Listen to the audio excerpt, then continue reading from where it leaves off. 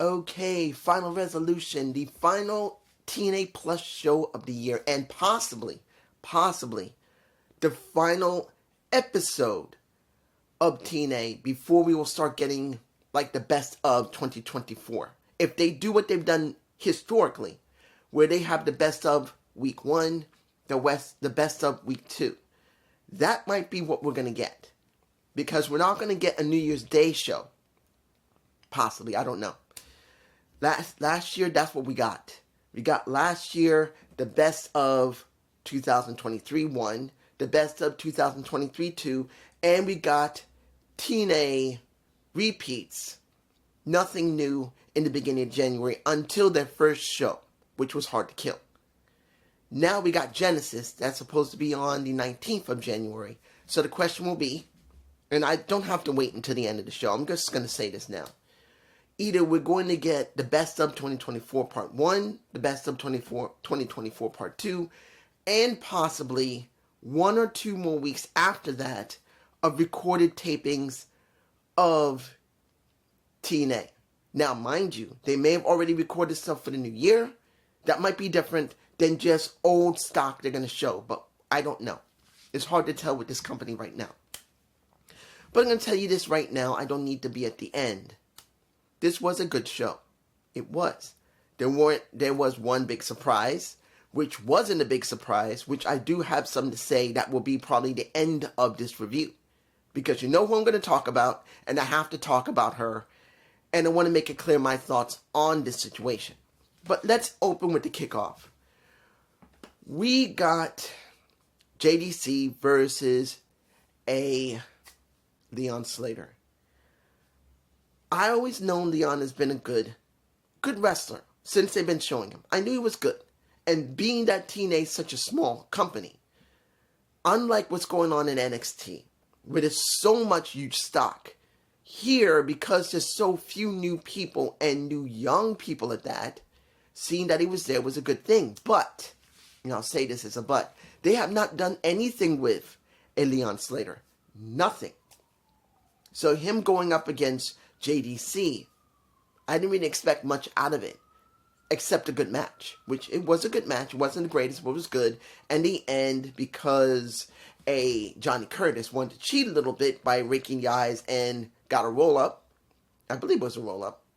He won, even if it wasn't a roll-up, and he didn't nail him correctly. Doesn't make a difference. He won. Here's the problem for me. Leon Slater, this coming year, must be used. Because if you have you got a UK wrestler who's 20 years old. I'm botching him because I'm getting angry. And you have not done anything with him. He's supposedly signed to TNA. And what have they done with him the entire year? Nothing. Now, even if he's working for other companies, if you're going to do something with him, you should do it this coming year. If you believe you can trust him, do something with him, TNA. I have to say it now. I'm sorry, I got to. Next, Jonathan Gresham versus Frankie Kazarian in Jonathan's own hometown of Atlanta, Georgia. Understand, TNA is not much different than the old WWE. If it's your hometown, there is no guarantee you're going to win, and in many cases, you never did. So Kaz and him had a good match. The crowd was hot for a... Sorry about that. My battery died in mid-sentence. But Jonathan Gresham, I didn't expect him to win. I would have been happy to see him win because I like Jonathan Gresham. He can talk. He's one of the best wrestlers they have, but they never really did anything really historically with him. Other than the sickly Jonathan Gresham that they just dropped. That's all I can say. Now, first match. Kushida versus Moose for the X Division title. Let's make this very clear. Was I invested in this match? No. You know why? Because there was nothing of Kushida. What did we get on Thursday? We didn't get Kushida doing a match. We didn't get anything special from Kushida. Before that, what did we get? We got Moose. That's it. And dealing with Cody Deaner on top of that. So when this match happened, I had no investment in it Not because I hate Kushida, because I don't. Not because I hate Moose, because I don't. This was just this. You see him watching. I hate when you set up a match. You don't give both sides something to work with. And I'm sure people would say, well, Kushida had something many weeks ago, but it didn't really mean anything other than setting him to be able to get up against Moose. Since then, what else? Nothing. We got more from Cody Deaner than Kushida. And that is the part that pisses me off. I'm sorry, it just does. I want to see something from Kushida. He is supposed to be part of the TNA roster. And I don't feel like it because the only thing they ever have Kushida do is matches. And the kicker for me, he worked with Leon Slater. They were champs. He worked with Motor City Machine Guns. They were all together. But now it's like TNA doesn't know what to do with him. So they just make him do matches like Leon Slater. And that is just not right. And for me personally, this took away from the match. Now I want to say, like, for the rest of the show, the lighting was good. Audio was acceptable. We could hear the fans very loudly. They were screaming. So that also compensated for whatever problems they always have with their audio. The lighting was good. And the cameras were good. I can easily say when you watch this match, you can see what was going on. No weirdness where the camera goes like this. Nowhere you cut off and you see ass cheeks most of the time. That we the men or women, mostly men. Nowhere that they could not focus on the real goal here. They managed to do it. I have to say this, if someone says, you bringing up the cameras again? Yes. It's my job to bring up what's good and bad of a company. And if you don't want to hear it, not my problem. I am telling you what's going on with the company. Not just the show, the matches, the storylines, the characters. I have to tell you the production.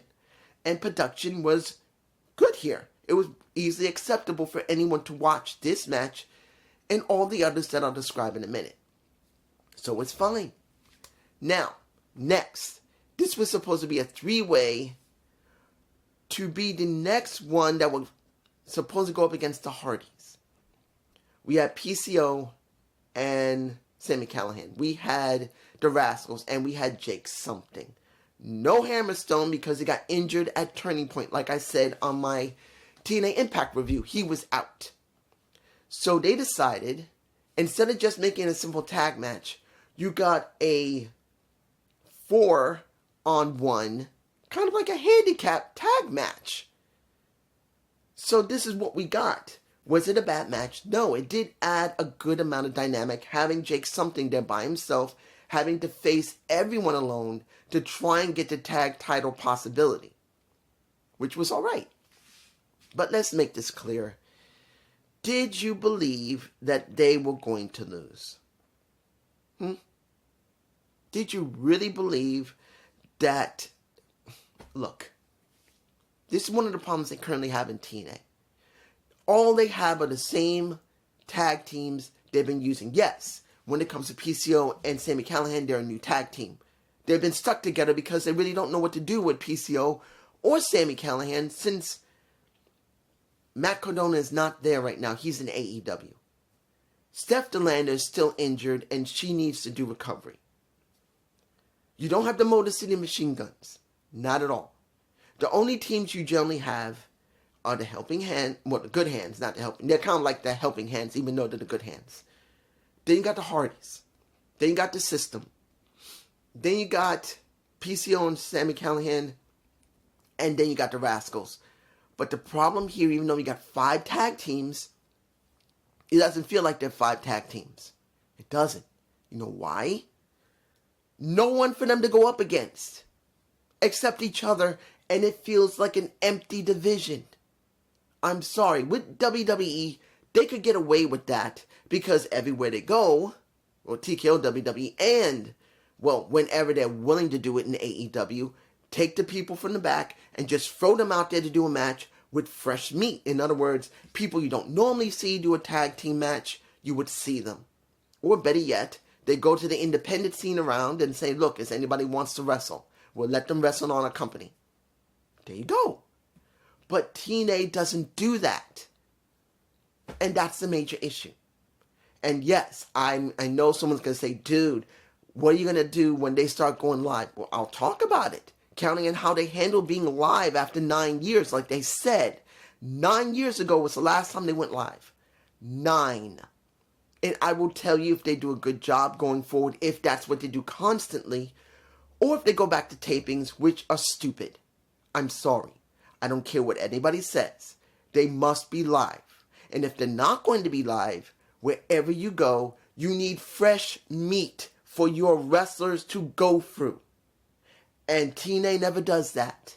They do them in bunches of tapings, and the problem is, they won't bring in enough people to make it feel like a full division for the tag, for the men, X Division, the men's world champion, the Knockouts world champion, or the Knockouts tag champion. You never feel like the tag titles ever feel like they're being defended more than just seldomly. And it feels empty. So, there you go. Next, Ace Austin goes against Trent Seven. And I believe this was the best general match of the night. It was. For the men. And I know you're going to say, wait, what about, I'll talk about the last match. I will. But if you're looking at something that had a lot of emotion in it, that's what I'm talking about. It is Trent Seven and Ace Austin. Now, I'm going to say it here, that again, they showed a video pack about Chris Bay. A nice musical video pack. And at the end, they talk about anybody who's willing to donate to his GoFundMe. It is obvious they're not talking about the Ben Buddies anymore. They did that for a while, letting anything that he bought, anything that you bought would go 100% to Chris Bay. And they did an auction. Not doing that anymore. Now they're just telling you, if you're worried about Chris, go to the GoFundMe. And there's nothing wrong with that. I will tell you, and I'm going to say this again, I may complain about TNA. I have more than once about what they do in the company. But here, they've done it better than TKO WWE because that's just a machine. They don't really care that much about you. AEW, the same thing. They don't care about you. I will say here, they have made sure you can feel that Chris Bay meant something to him.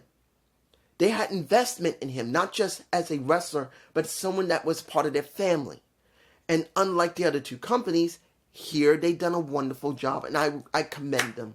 It's the end of the year. I don't know if they're going to do it going forward into January. Maybe this will be the end of it. But if they do continue, or if this was the end of it, I'm saying it right now, and I'm on record. They did a great job showing that they actually love this man. This shows you, compared to the other companies, and this is the reason why, I say it again, why I'm talking about TNA the way I do. I love the company because I know the people there do care. Now, is it being run correctly? Beforehand, it was a mess. Here now, and if you don't know, what is the guy's name? Carlos, I can't remember his name, but it's a new guy is now part of Anthem. A president of Anthem, not the CEO, but a new president of Anthem Sports that is going to be taking care of all sports, including TNA. I don't remember his last name, but his name is Carlos, I believe. I think Alex Carlos, or Carlos Alex. I can't remember right now. But a new president of Anthem will be coming in, taking care of all of their sports stuff, including TNA. I have no idea if that's going to work out, but I'm not talking about them. I'm not talking about the current president of TNA. I'm talking about the people there who set this up. That probably the president agreed to do. So I give it to them. Now, the match was the best one because it was meant to be emotional because of Chris Bay. That's just the deal. Sorry, I'm still sick. And I'm telling you right now, this was the best emotional match of the entire show. Period. This was it. And even though there's some type of curiosity what's going on in the last match, the three-way with 23, we still don't know what it is. That is, what was it called again? And again, just a number. 23. We still don't know what that means. We don't know who it is. It could be Dijak. It could be maybe a returning Mustafa Ali. It could be anyone. I don't know. But this was a highly emotional match. You could feel it. Here's a match I didn't care about. I'm being honest here. It pissed me off. But the ending of it, wait, you know what? I'm not going to do this one now. This will be the last one. You know what I mean? This is going to be the last one. Let's move on. Number 1 contenders match. A fatal 4-way. Joe Henry, Josh Alexander, I'm going to tell you, when it comes to Santana, he's someone that I like, along with Macklin, because Joe's already established, Josh is already established, they've already pushed them both, they're pushing them both. But when it comes to Santana as well as Steve Macklin, those are the two I wondered would be the ones who would win. Because either one of them would be the best one to move forward to go against Nick Nimitz or AJ Francis. Either one. Would have had no problem with it. I wasn't going to have a problem with Joe Henry because, let's make it clear, and it is true, Joe Henry will eventually become champion. I already know this. It just counts on when they're willing to pull the trigger. So I knew that if he won it, I wouldn't be too surprised. But the ones I was interested in was Santana and Steve Macklin. And the match was very good for a 4-way. It was good. And seeing that the fans were chewing out a Josh Alexander because he could not zip tie Santana's arm correctly to a handrail. He was trying with a black zip tie, a big black one. He's going, he's trying to put that sucker on. He messed up once. He messed up twice. He messed up 3 times. He started beating down Santana to make it look good. And by the time he finally zipped it, everybody said, you can't do a zip tie. They started chanting that. They started chanting it to Josh Alexander. But Josh was not the one who won, which is right. But it wasn't Santana either, or Macklin. It was Joe Henry. Now, I knew Joe Henry could easily win this because this is the way they're going. But I was more interested in seeing what they were going to do with Santana and Steve Macklin. Both of them did well. And seeing that Santana is going to have a feud with now, easily it's going to be Josh Alexander. It will not be Macklin. He's not having a feud with Macklin. It's going to be Josh. So at least Santana will have something to do next year. I don't know what they're going to do with Macklin, but I'm going to be honest. The person who looked the best there, who has been developed the most, is Macklin. As much as I'm enjoying Santana, that they were willing to bring him back after the problems he had drinking and all the stuff he had in the AEW problems there, and he managed to straighten himself out, and he looks like he's doing well. It feels like Macklin was the best developed person other than a Joe Henry that could easily go forward. But if it wasn't Macklin, Santana would be a close second. So Joe Henry the most developed, easily because of what has been going on, going back and forth between TKO WWE and TNA. He's a no-brainer. But when it came to Macklin and Santana, easily Macklin would have been first and Santana second, and it's a close second. Moving on. The knockouts. What did I just witness? What did I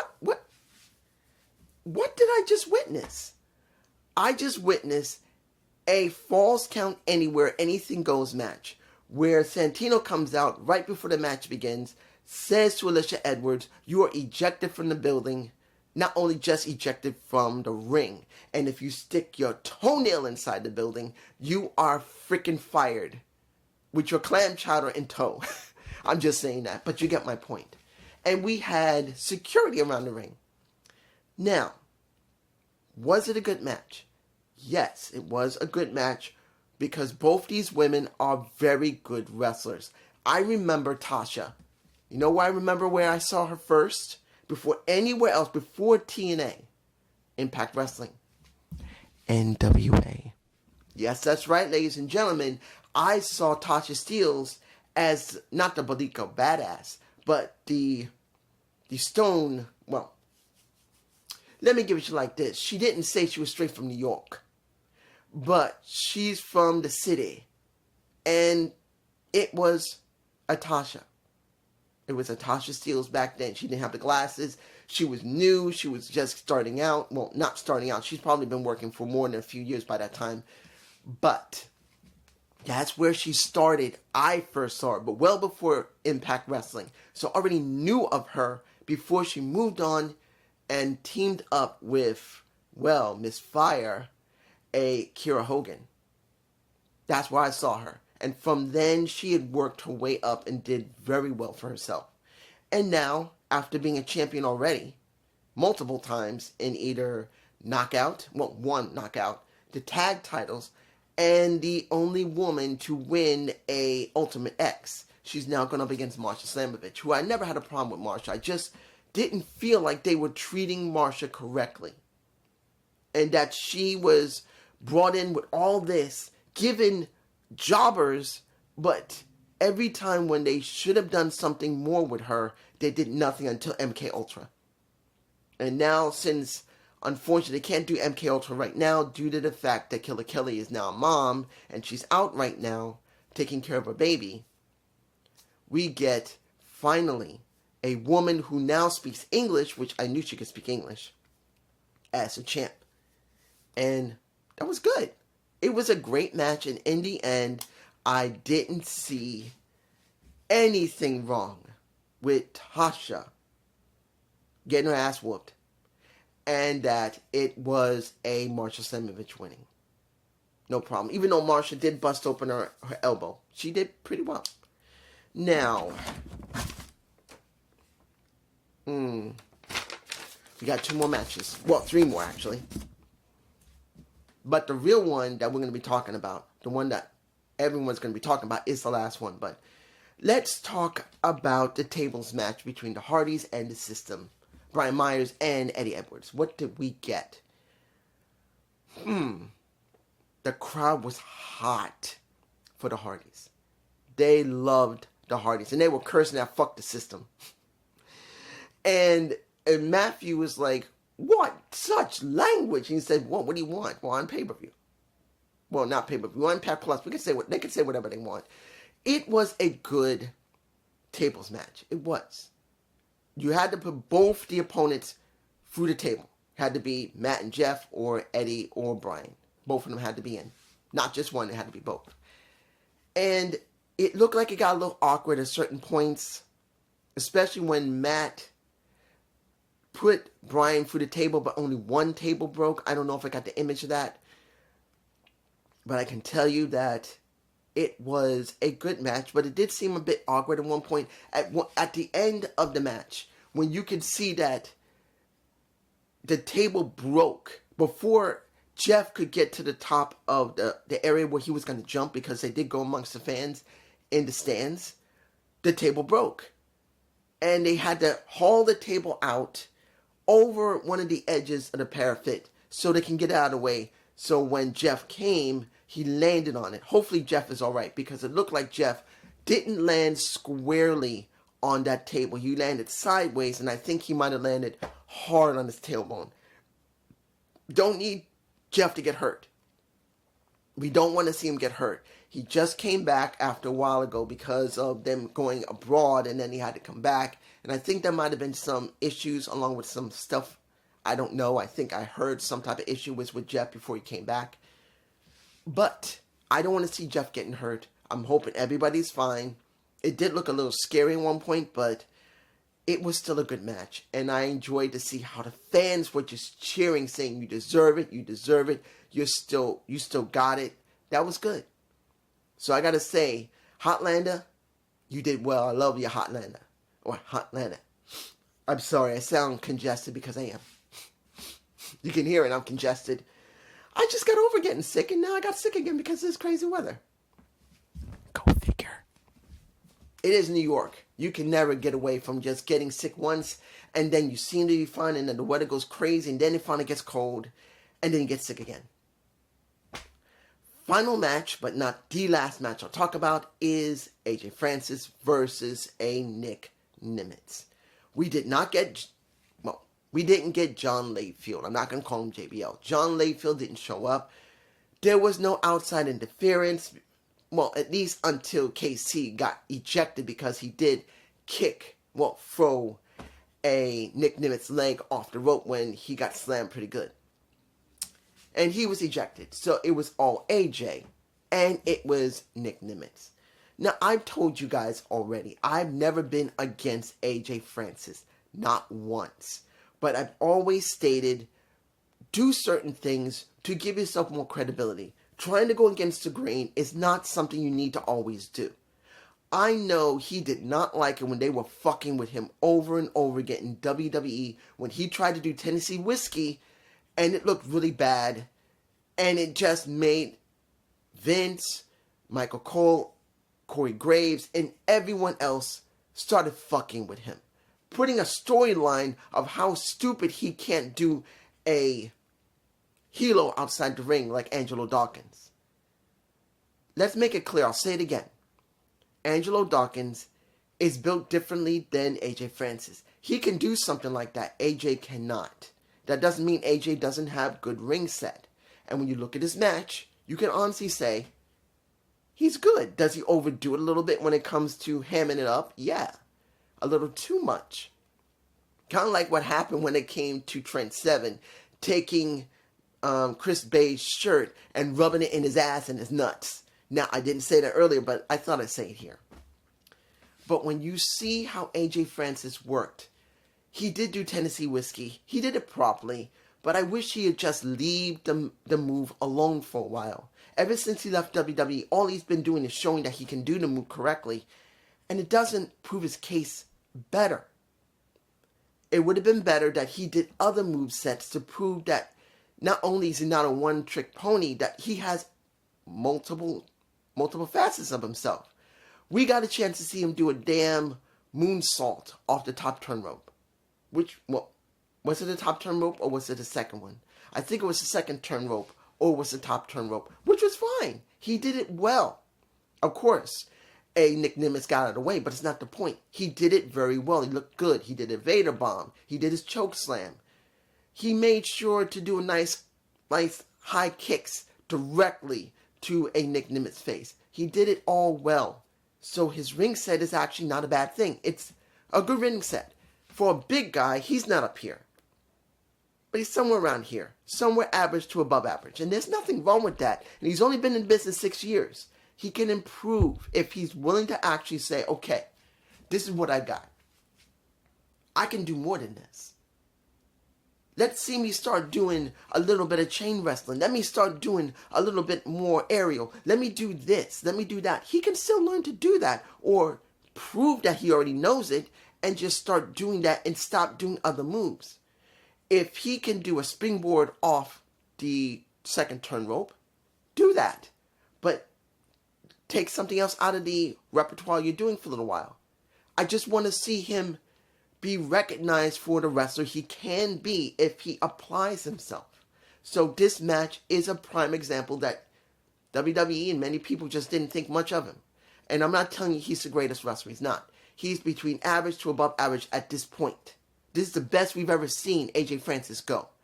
I don't know if JD's going to acknowledge this. I don't know if Alex is going to acknowledge this. They may not. But I can tell you, I was all right with it. He showed he could do the job.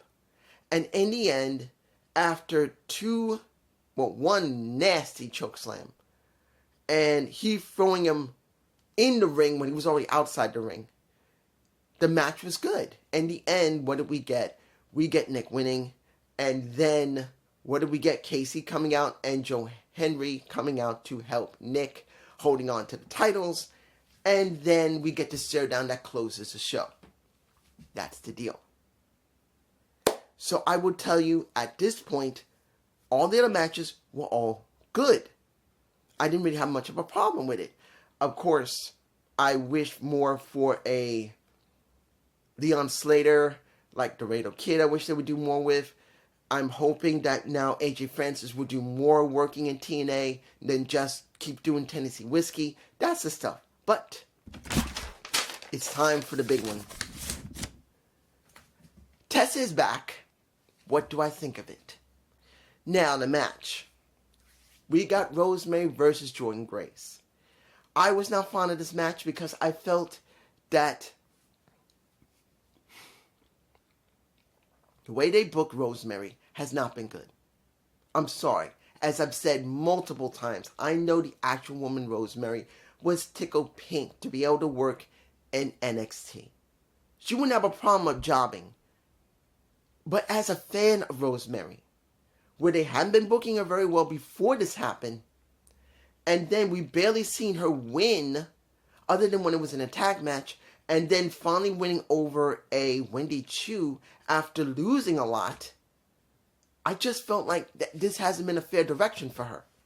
And now she had this match with Jordynne Grace, who, yes, I know the rumors are around, and I did finally see the final reporting because it wasn't anywhere, and no DQ, excuse me, no DQ.com finally talked about this when they were talking about Final Resolution and the possibility of Jordynne Grace and having a problem with Tessa, because it was already mentioned to me that Tessa Blanchard was going to be signed, and I wasn't going by any dirt sheet, anything on Reddit. I checked the sites, and they did finally talk about Tessa, and that Jordynne didn't want to work with her. Now, I know one person said, not want to work with a person doesn't mean a damn thing. You got to do business. Sorry, it doesn't always work like you think. People will not do business with you. Now, mind you, I'm saying this right now. The match itself was okay. It was done very well. I had not seen Rosemary wrestle like this since before Havoc left. And Crazy Steve is not showing on TV anymore. She has not wrestled like this in a while. And I was actually very happy to see how she's been wrestling. Because when she went up against Xia Brookside, it's not the same as going against Jordynne Grace. Jordynne Grace is a seasoned veteran who's done very well working with everybody she's been with. Anytime Jordynne gets in the ring, she does a great job. So she did great with Rosemary. And then, before the match ended, what did we get? We get someone attacking Jordynne. And the match is thrown out. And Jordynne Grace gets nailed. And the moment I saw her, I can tell from the shape, that's Tessa Blanchard. It was Tessa. It was obvious it was Tessa because Tessa's shaped like that. And of course, the rumors were already out. And when she took off the mask, took off the puffy jacket, and everybody's looking at her in the top, the black top, everybody did not cheer. And they booed a bit. But others stayed silent. That's something you guys are going to have to understand. It wasn't that the mics were not picking up. You can hear them booing. A few did cheer, but the majority of the fans were silent. It was like they weren't sure what to react to, not out of shock, but like, Tessa's here? And then when she went in the back with Gia Miller, and she had tried to question her, and she said, I wanted to prove to this woman and everybody that the only way you are because of me. I made this company. And then she shoves Gina Miller in the face, pie faces her, and walks down the ramp. And then some guy was heading the same way, but he realized with Tessa there, he had to move back. Now, let's make this very clear. I'm going to make this clear to you guys. Hang on a minute. The camera was about to click over. I do not want to be disturbed with this one. Let me make this clear to you. As I said in the comment I left for somebody who was talking about Tessa, saying just because Jordynne Grace says she's going to, just because she don't like her doesn't mean she won't do business with her. Let's make this very clear. Very, very clear. As I told him, we need to watch and see what the situation is when it comes to TNA and Tessa being in it. No matter what anybody says, people still state Tessa has a problem. She's gone through TNA. She went through AAA, and I know Daga, her husband, who's no longer a husband anymore, there were problems between each other, and Conan legitimately fired her so Daga would be alright. I know that. She went through WoW. And that fell completely through. Something happened before WoW just ended, and she was supposed to be there, and then there were complaints, and then she was gone. And I do believe she might have appeared maybe once in MLW. She has not appeared in AEW. Nothing of her. So I'm telling you, there is history there. There's history. But like I said, in the comment the guy said, when it came to Matt Riddle, he was never convicted. When it came to Stone Cold Steve Austin, he begrudgingly admitted that he did wrong to his wife when he was with her. He didn't want to admit it, but eventually he did. When it comes to JBL himself, no one is denying that JBL had abused people in WWE. Yes, he did. But he wasn't kicked out. And as it stands, even right now, there are people there who still love JBL. And yes, there are people who do not love JBL. But that's how it is with every wrestler there. So that person, if you're watching this before you make a comment, you know I'm right. And when it comes to Tessa Blanchard, there's a difference. There's a difference. But it doesn't mean it's any different from them. At this point, Tessa has never admitted that she did wrong. Ever. And everyone else, from Taya Valkyrie to Chelsea Green, and so many others who ever worked with Tessa, have stated she's been disrespectful. Women in AAA have stated this. Don't know about CMLL. I didn't hear anything because I haven't really checked. But as far as I know, it's been quiet in CMLL. But here's the thing. Right now, in CMLL, she was supposed to be a tag champ. But now she just appeared in TNA. Now maybe she just had to do this one appearance. They made an agreement with CMLL.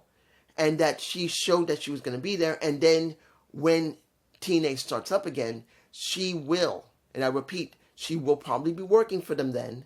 And she'll help what needs to be helped to drop the titles that are from the Women's Tag Championships. And then she'll just go straight to TNA. And that will be probably it. But like I said this in the comment to the person, you know who you are. We need to watch and see. It doesn't make a difference how many times I've heard there have been some situation where some wrestlers have not just been given a first chance or second chance or third chance. I've heard some wrestlers have been given maybe up to 10 to 12 chances to straighten out their lives and get back into pro wrestling. There's some people who have been willing to say, you know what? It was wrong. We'll give you another shot. Okay, you screwed up again. You're trying this. We'll give you another shot. I've heard up to at least 10 times one person. I wasn't told who the person was. And from the reports I've seen, I don't know who it is, but there's been a person up to at least 10 times who have had a chance to try and straighten their life out.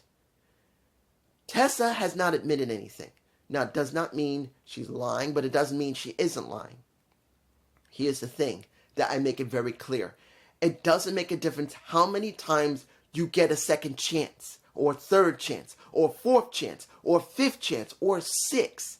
It depends on what you do with that chance when you get it. And the key here is that, like before, in the other places I mentioned, there were issues with her, and they just said goodbye. I have no idea what's going to happen here. And with the change in management in Anthem, that there's now a new president of sports who will be working with the president that's currently in TNA and the people there, we don't know how TNA is going to respond, how they're going to be working. And now, with the new year, we don't even know how they're going to book Tessa Blanchard. Maybe it should be booked well and not rushed, because if they rush her to the championship quickly, that's not going to go well over many people, including me. If she's going to come back and prove how great of a champion she is as a knockout, she's got to go for the roster. I'm hoping they'll give her jobbers to work with. I'm hoping that they will make sure she's written correctly and not just made because she's a woman, she can't get any opportunity, when it should be about her being like an underdog or being like a dominant bitch. Like when it came to a China, she was just a dominant monster. And Daniel Bryan, or Bryan Danielson, who was always considered an underdog. They just made it about her being a woman. And they worked so hard to make her about her being a woman in the early 2020 that it takes away from how gifted she is in the ring, that she can't talk. I'm hoping they will not go down that route again of saying because she's a woman, she's been treated well. Guess what, guys? If it goes down that route, people will literally reject it. Because as you already know, people are sick and tired of how women are being treated. Being the total badass instead of earning the title of being a badass. Unless you have something that's written correctly, that if she starts out as a badass, she develops more as a badass. If she's a badass and already at her max, no one's going to care. So that's what I'm hoping for. But this is just me. Peace.